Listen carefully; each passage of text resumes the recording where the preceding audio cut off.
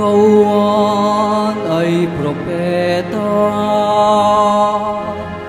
sinugo upang manguna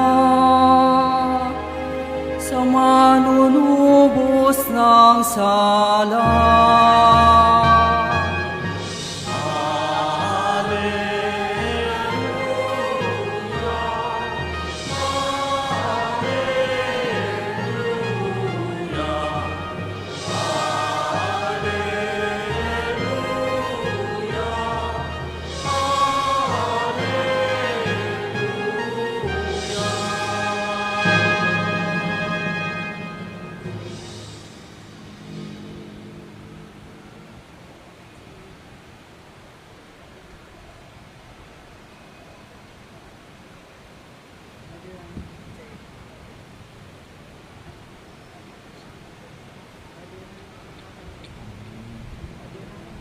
Sumainyo ang Panginoon. At sumaiyo rin. Ang mabuting balita ng Panginoon ayon kay San Lucas. Papuri sa iyo, Panginoon.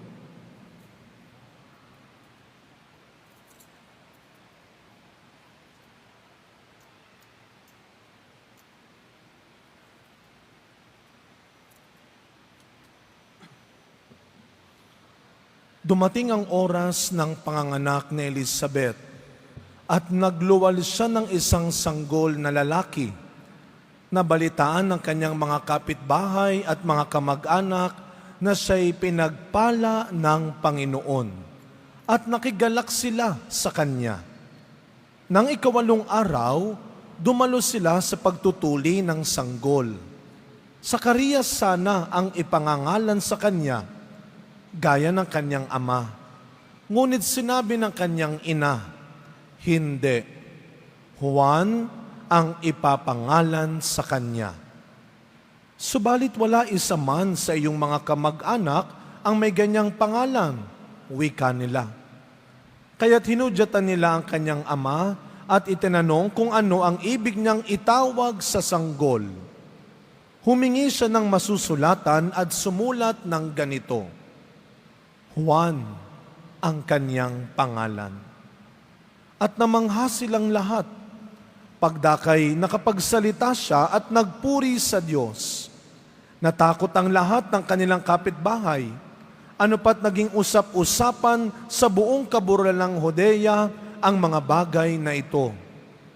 Pinakaisip-isip ito ng lahat ng nakaalam at ang kanilang tanong, magiging ano kaya ang batang ito, sapagkat maliwanag na sumasa kanya ang Panginoon. Lumaki ang bata at naging malakas ang kanyang espiritu. Siya'y tumira sa ilang hanggang sa araw na magpakilala siya sa Israel. Mga kapatid, ang mabuting balita ng Panginoon. Pinupuri ka namin, Panginoong Hesukristo. Magsiupo muna ang lahat. Good afternoon po sa inyong lahat. Ang una ho nating babatiin ngayon at pasasalamatan, siyempre, tuwing tayo ay pupunta ng simbahan ng Quiapo, isa lang naman ang ating unang hinahanap at ang pinakaaasam natin ay ang makita ang ating mahal na Pong Jesus Nazareno. Kaya bigyan natin ng palakpak, ng papurit, pasasalamat ang ating Pong Jesus Nazareno. Mas malakas sa palakpak para sa Kanya. At batiin po ninyo ang katabi ninyo, Happy Fiesta. Baka magtaka kayo, sabi ko doon sa kaibigan ko, pupunta ako ng Quiapo, may misa ako, fiesta ngayon. Sabi niya, Father, di ba January ang fiesta ng Quiapo? Oh, ayan. Kasi totoo naman ang naisip natin, pag sinabing fiesta ng Quiapo, anong petsa? January? Oh, di ba? Alam na alam niyo yan. January 9, fiesta ng simbahan ng Quiapo. Pero ngayon, binabati natin ang bawat isa ng Happy Fiesta. Bakit? Sapagkat kapistahan ngayon ng patron ng simbahan ng Quiapo bilang isang parokya. 6 months mas matanda ng 6 months ang kanyang pinsan. Ngayon ay ginugunita natin ang dakilang kapistahan ng isang dakilang propeta, isang dakilang tao na sa kabila ng kadakilaan ay nanatiling mapagkumbaba. Happy Fiesta sa Quiapo dahil piyesta ngayon ng patron ng parokya ng simbahan na ito, si San Juan Bautista. Palakpakan natin ang ating patron, si San Juan Bautista. Pero makikita ho ninyo, no? Pag sinabi nating simbahan ng Quiapo, isa lang ang nakiisip natin. Huwag kayong mag-alala, naiintindihan tayo ni Juan Bautista. Hindi siya nagtatampo, ganyan kayo, siya lang kilala ninyo. Pag sinabing simbahan ng Quiapo, hindi nyo na ako naaalala, ay walang ganun. Hindi magtatampo si Juan Bautista, sapagkat simulat sa pool pa lamang, sa sinapupunan pa lamang, alam na ni Juan ang kanyang role at misyon. Kaya minsan pa sinabi ni Juan Bautista, hindi ako karapat dapat magkalag ng kaniyang sandalyas. Sa Ebanghelyo sa English, I must decrease, He must increase. Napakaganda nga ng pagkakalagay sa dalawang imahen sa altar na ito, di ba? Mas mataas pa rin ang Jesus Nazareno kaysa sa kanyang pinsan na si Juan Bautista. At yun ang nais ipaalala sa atin. Ang ebanghelyong narinig natin ngayon ay tungkol, baka sabihin ninyo, di ba meron pang isang fiesta si Juan Bautista? Yun yung pagpupugod sa kanyang ulo. Kaya ano ang kulay ng liturhiya kapag yung beheading of John the Baptist? Pula. Martyrdom. At sa kanyang kapanganakan, puti. At sa ating ebanghelyong narinig, pag sinabi natin kapanganakan, ang susunod yan, kapag ipinanganak na, hindi pa nga pinapanganak, di ba? Anong pinag-uusapan na natin? Anong pangalan ang ibibigay mo? Nung panahon nila Zacarias at Elizabeth, ang pangalang madalas na binibigay sa mga anak ay hango sa pangalan ng mga magulang at kamag-anak. Kaya anong inaasahan? Kasi alam nyo, maraming nag-aabang sa ipapanganak ni Elizabeth. Bakit? Naalala ninyo ang sitwasyon nila? Si Zacarias at Elizabeth, matanda na. Si Elizabeth, baog. Tapos biglang nagdalang tao, hot issue yan. Kaya inaabangan ng mga kapitbahay. Kaya inaabangan ng taong bayan.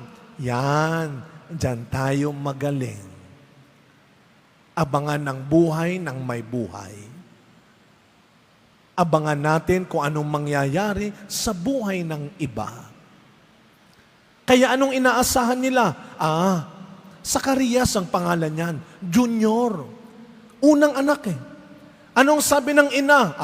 Powerful ang nanay. Anong Zacarias kayo dyan? Juan ang kanyang pangalan. Juan. Kasi ang inaasahan ng mga kapitbahay ay kukunin din niya ang pangalan ng mga kamag-anak. At sa panahon natin ngayon, powerful pa rin ang pangalan ng isang tao. Anak ka pala. Pasok ka. Ikaw pala yung kapatid ni... Kain ka muna. At kapag hindi nila kilala ang pangalan mo, doon ka sa dulo. Hindi dito ang daan. Pumila ka. Sino ka ba? At napakaganda pong pagnilayan natin. Sa puntong ito, binigyan ng pagbabago ng Diyos ang pagtingin ng tao sa kapwa niya.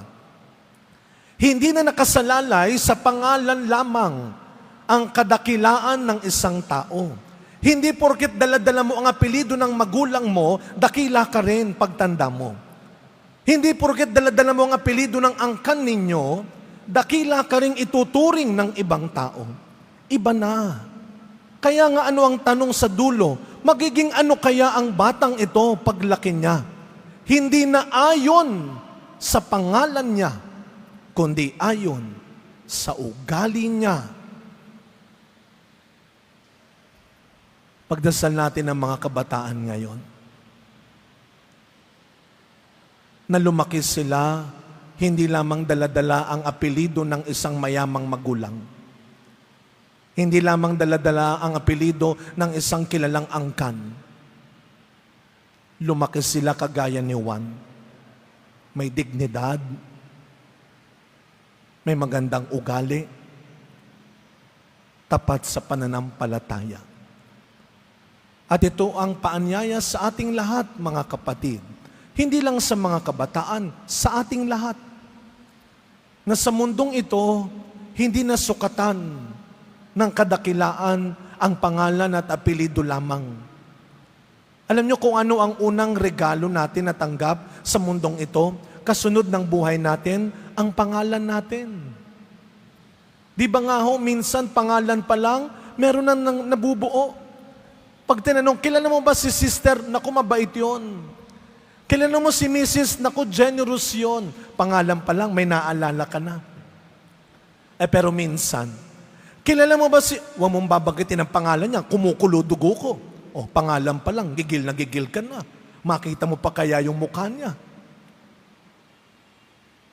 Ang unang tinanggap natin sa mundong ito, ang pangalan natin.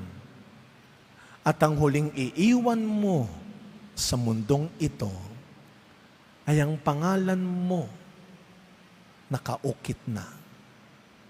At anong pangalan ang iiwan mo? Sabi ng isang mabuting magulang sa anak, yung iba kasi ang laging sasabihin, anak, tularan mo yung kuya mo. Gayamin pinsan mo, buti pa siya. Gagawa ka ng sarili mo. Hindi ayon sa nakikita mo lang, hindi ayon sa pinasa lang sa'yo, kundi ayon sa sarili mong gagawin. Dala-dala ang matibay na pananampalataya at magandang pag-uugali. Kaya sa pagpapatuloy na misa natin, mga kapatid, sa tulong ng magandang ehemplo ni San Juan Bautista, sana mga kapatid, habang tayo nabubuhay pa sa mundong ito, huwag natin sayangin. Hindi lamang ang pangalan na iningatan ng pamilya natin.